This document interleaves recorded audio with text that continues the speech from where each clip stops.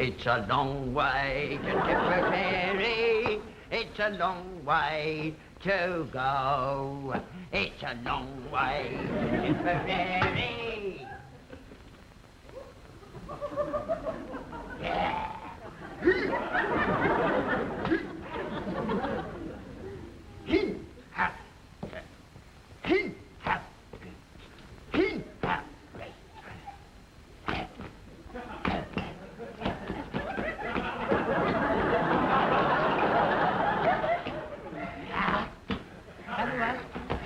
Deutschland is kaputt and mein Herr! Oh, you great pillock. What did you want to creep in like that? You might have got that right up your kyber. Or you might just like to know that the armistice has been signed. It is all quiet on the Western Front. You can go home now, Tommy. Your home's fit for heroes waiting for you. It's all going to be a new world, lad. It is all going to be different. Well, there's going to be at least 2 to 3 years full employment waiting for you. How about that, then? Now, lad. Don't turn Bolshevik. Go home to Blighty and work hard to keep the upper classes in the manner to which they have become accustomed. Don't forget to hand in your rifle, lad. They're going to need that when they turn it against you when you goes on strike in 1926. But never mind. The means test is just around the corner. It's all together now. Jolly!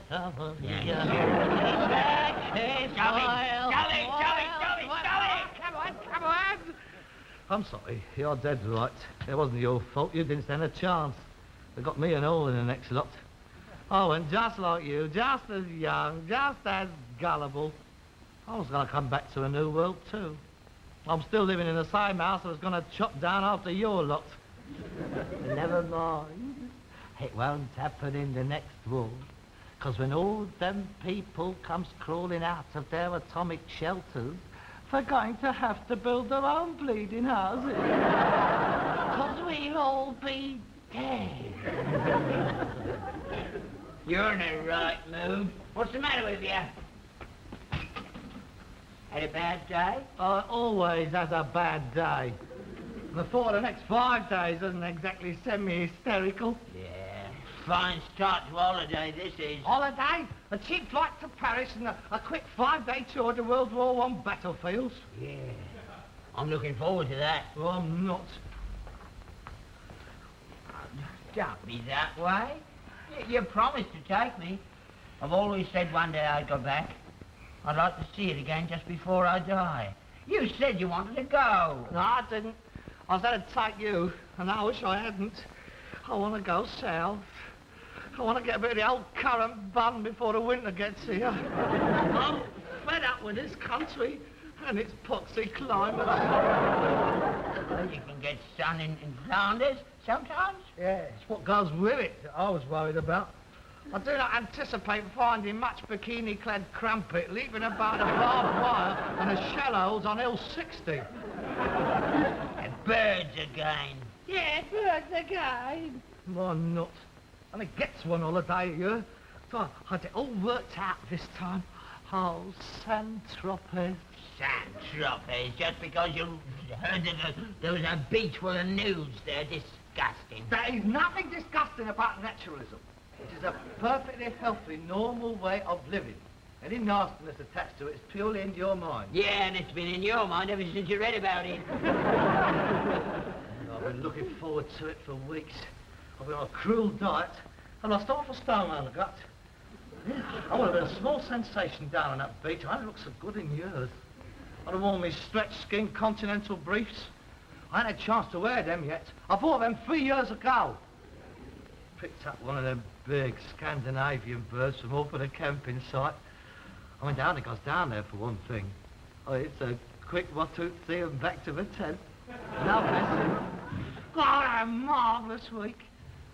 Instead, I have to make do watching you chat up a few grotty old birds from Armentiers. Oh, you can go to Saint-Tropez some other time. Next year. I'll come with you. You?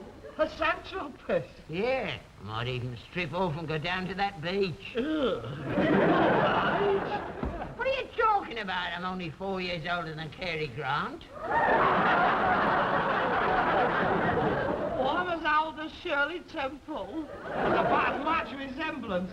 Cary Grant?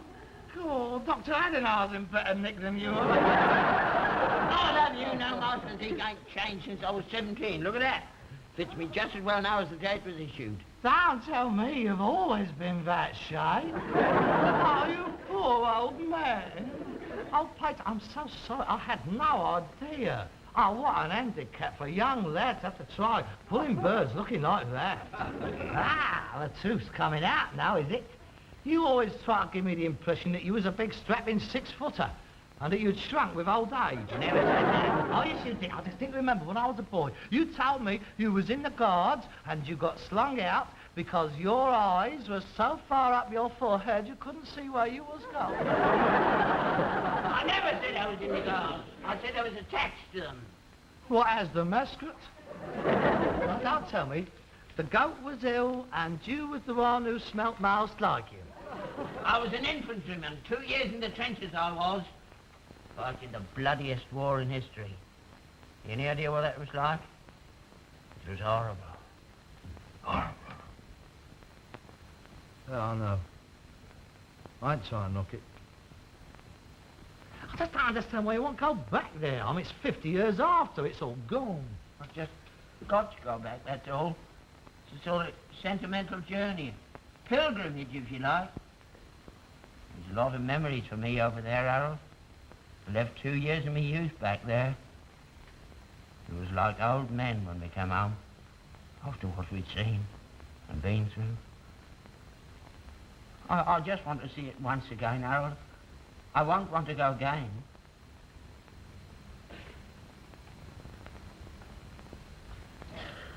Well, I suppose I'll feel the same one day. About Aldershot. I don't see why. You spend most of your time at the glass house. You was never a soldier. Come on, blimey, I remember the day you got your calling up papers. You spent half the morning rubbing Marmite into your knees, trying to make it look like you had rheumatic fever. It really worked at all. My knees swelled up lovely. Yeah, would have worked if the MO's dog hadn't started licking them. Yeah, that's scared out of your life. Of course I was scared. Look, I don't want to argue the toss. I said, I'm taking you to Flanders. You are going. Don't keep on about it. Have you packed? Yeah. Good. Now go and get ready. I am ready. You're not going like that. I am. I had it cleaned and pressed specially.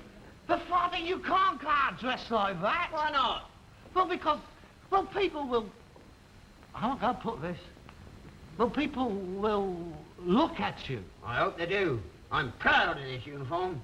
Yeah, but Dad, I mean, you look very nice in it, and it's very smart. But if you was to go back to your old school, you wouldn't wear a little cap and short trousers, would you? What's that got to do with it? Soldiers go walking down the streets in their uniform every day of the week. I know, Dad, but we are a little bit more modern. I mean, I'm only thinking of you. I don't want people to laugh at you. Laugh? I don't see anything to laugh at.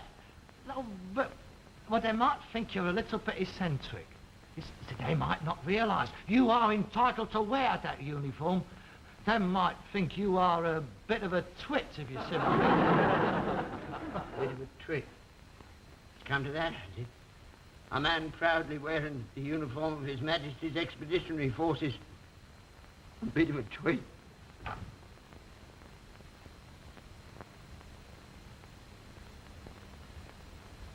Don't Mr. Silly.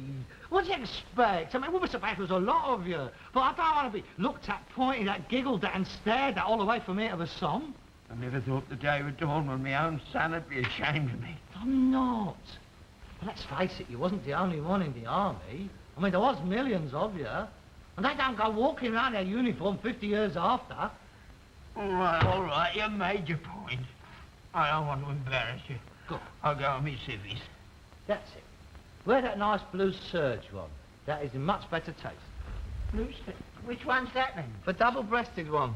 The one you bought off old Mother Harris when her old man died. You look very good in that. It's much nicer, believe me. Can I wear me medals? Medals?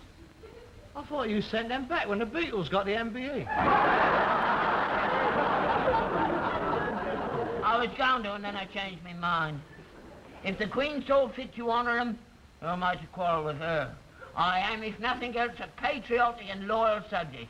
I didn't want to embarrass Her Majesty. That is very thoughtful of you. I'm sure she is most beholden to you. No, I don't see any harm in you wearing your medals. Thank you. See, I wanted to wear something when I was out there. What? Let him know I was one of the ones that saved him. Oh, they'll be very grateful. Oh, when the French government knows you're coming, they'll send up a squadron of missed air fighters to escort us in. The state visit of Private Albert Steptoe. Viva! Viva! Man! Man! I can just see it now. There will be a 21-gun salute as he leaves the aircraft, and with a bit of luck, one might hit him. You just have to take the mickey, don't you? I'm not taking the mickey, Father. No, I mean it. Oh, God, I just remembered. What? Have you packed your tails? Now for the banquet at Delice's Palace. You cannot respond to a toast of entente cordiale wearing Charlie Harris's laying out suit. You just have to have a diplomatic code, that is all. Oh, what a shame. The General will be so disappointed. Now, come on, time's getting on. Hurry up, go and get changed. We have to be at the airport 3/4 of an hour before the plane leaves. And you better take one of those, too. What are they? Antiqueses. Well, they're sickness pills. They are to safeguard the other passengers from you being sick all over them. Take them. I'll take them later. You take them now. I want to see you take them. I know you. You'll throw them away. I can't swallow pills, you know that. They lodge in me throat. Me pipe contracts. If you don't take them, you're not going.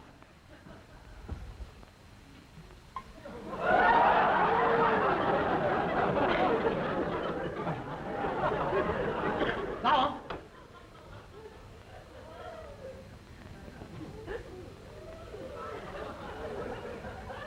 Yeah, that wasn't so bad, was it?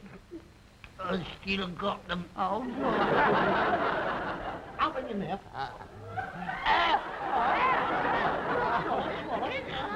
Open your belly.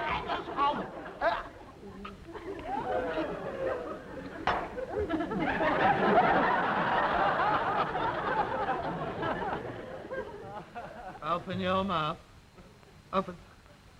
Lift your tongue up. Up. Up. Oh, if you don't take them, I'm going to blow them down with a pipe like I does the horse. I knew you was playing me up, you naughty little man. Aye, up, Herbert will be here soon. Herbert? Yes. He is chauffeuring us to the airport.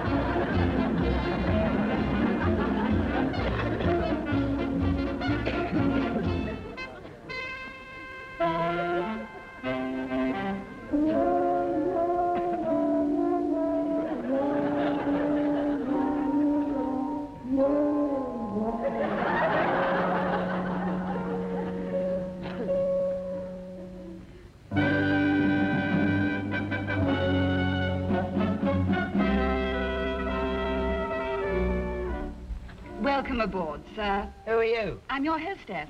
I don't want one. I've read about you lot. Come and sit with us and drink coloured water for 15 and 6 a time. I'm surprised that the state-registered airline allowing it. That sort of an hostess. She is a stewardess. I do apologise for him. It is his first flight. Yeah, I'm going to France. Yes, we all are. I'm going on a tour of the battlegrounds. Really? In 1914-18 war, I was in 66 army. Don't look it, do I? No, you don't. This is my son, Harold. 38 years. Yeah, he's healthy, too. How old are you? Dad, will you stop? I do apologise for him again. He's getting a bit senile. Oh, that's all right. I quite understand. There are 2 seats for you down there. Thank you. Go on. I was only trying to do you a favour. I don't need your help. I'm not a prize bull to be mated off. I do my own pulling.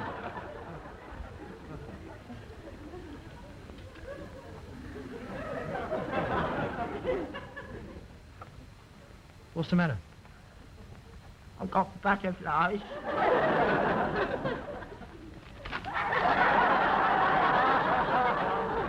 Nothing to be frightened at. It only takes 35 minutes. You go straight up and you comes down. That's all there is to it. It's the way you come down that worries me.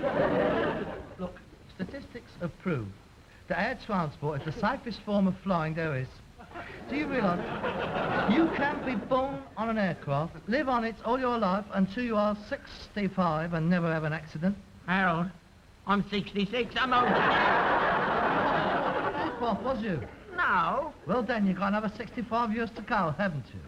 I'll be 131 by then. I ain't sitting in one of these till then. You're being particularly obtuse today, aren't you? Nobody's suggesting you should sit in one of these till then. I'm merely trying to point out that statistically, the chances of you crashing whilst flying is very remote. Yeah, but on the other hand, supposing I'm flying to Paris. I'm 131, and I have me accident. Well, I won't be the only one, will I? All the rest will go as well. And they won't all be 131 either.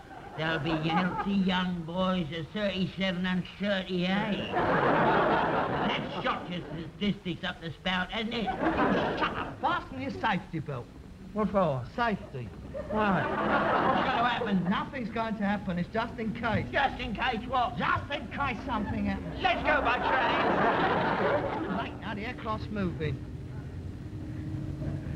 Harold, I'm scared. Oh, don't tell me you're scared with all those medals. Don't tell me the Lion of Passchendaele is scared. Mind you, this is the most dangerous part, the takeoff. But if anything's going to go wrong, this is when it'll be. The engines will be flat out, you see. There's nothing in reserve. If anything goes wrong, there's nothing he can do about it. We'll be all right. If we don't, it's an air pocket. We'll fall like a stone if we do. Oh, my God, look at me. I'm sweating like a pig. Let's open the window. Is it the pusher under or front or backer? The windows don't open. This is a pressurised cabin. The windows was to open, the aircraft would explode. Mind you, I wouldn't have sat by a window, personally. Why not? Well, if it was to break or anything, you'd get sucked straight out. Yeah. Didn't you see Goldfinger? The window cracked, he went straight out. 18 stone he was. 12 foot long when they found him. He was straight out without touching the sides. Of course, you wouldn't know anything about it. I mean, you wouldn't be alive when you hit the ground, because your head would have exploded before then. Yeah, you rotten little pig. I'll get my own back on you. Wait till we get home. I'll put a spider in your room. No, you wouldn't. I don't like spiders. Don't talk about it. Great big fat one with long hairy legs. It'll walk all over you when you're asleep and lay its eggs in your hair. The engine is on fire. I'll put an earwig under your pillow, and it'll walk right into your ear hole, and eat its way through your brain out to the other side. Stop it, I'm not listening. Who's scared now?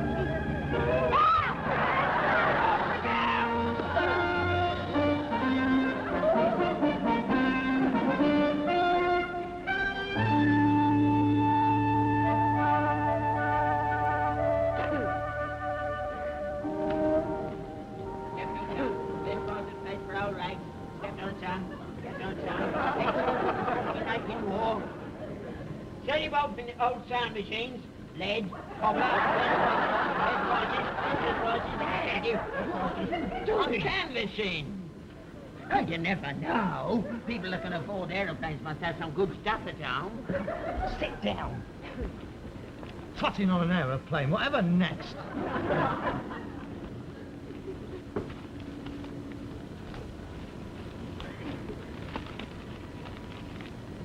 What are you looking at? Oh, I beg your pardon. I didn't mean to stare. I was just interested in those medals of yours.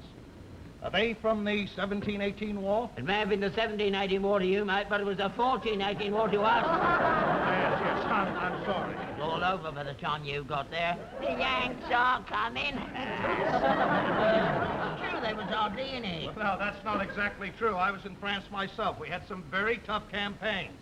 If it hadn't been for us, it would have gone on a lot longer. You and the French would have been in real trouble. The French? What have they got to do with it? They were shagged out by 1916. Do it all alone. Yeah, we carried them for the rest of the war. Excusez-moi, monsieur, I must protest. Who are you? You have insulted the honor of France. I hear you say we were, you say it, shagged out by 19... I say to you, monsieur, what about Verdun, 1917? What about Verdun? 1 million French casualties. The flower of the French nation. And how about the Somme? Twice, mate. What about Chateauguay, 21st of July, 1918? Phew, a picnic. I beg your Oh, pardon. it was a sideshow, that's all. Yeah, well, we saved you, friend. We saved you in the First World War and the 42-45 war. The 39-45. Yeah, you were late there again, never saw a Yank for 2.5 years. Had to carry on along we did. Islop turned it in again. We were sabotaged.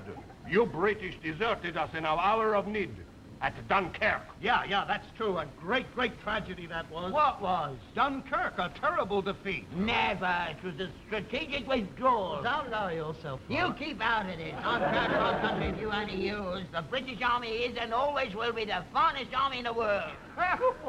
Never lost a war, we haven't. No. What about 1775, the American War of Independence? We whipped you then. Bunker Hill, Yorktown. Yeah, that was his fault again. Who? You! If it hadn't been for your rotten fleet outside Yorktown helping him, we might have got away again. Another triumphant withdrawal. Yeah.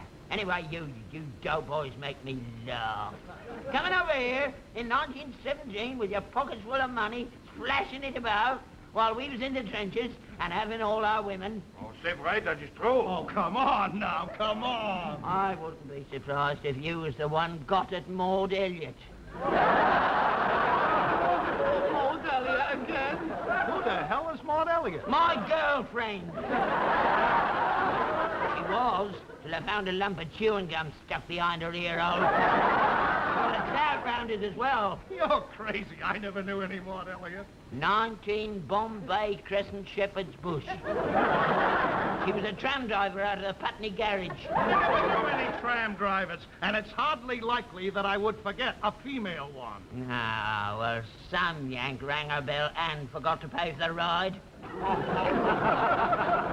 are you laughing at? Oh, you English, you can never keep hold of your women. Oh, we didn't have to, did we? Plenty of yours, weren't there?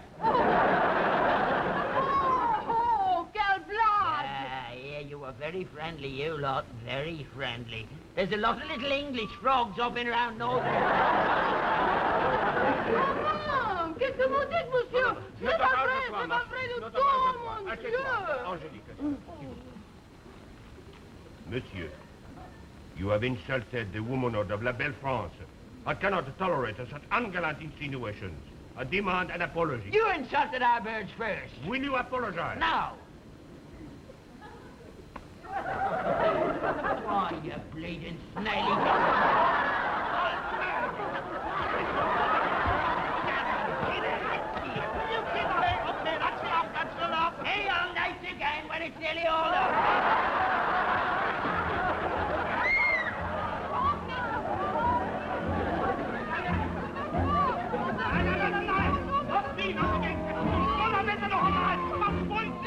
Englishmen, we are now approaching Le Bourget Airport. Passengers, please put out their cigarettes and fasten their safety belts. We hope you have had a pleasant trip.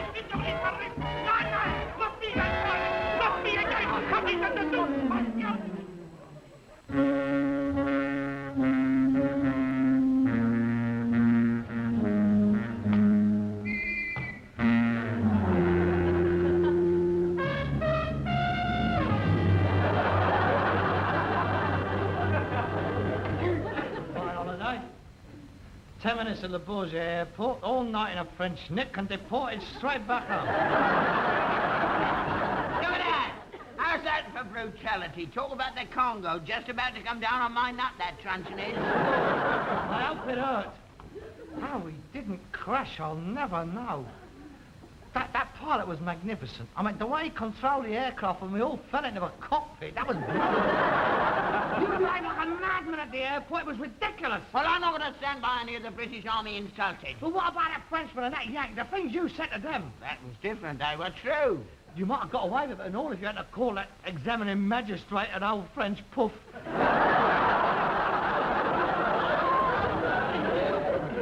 Under extreme provocation. Now, I hope you enjoyed your little pilgrimage.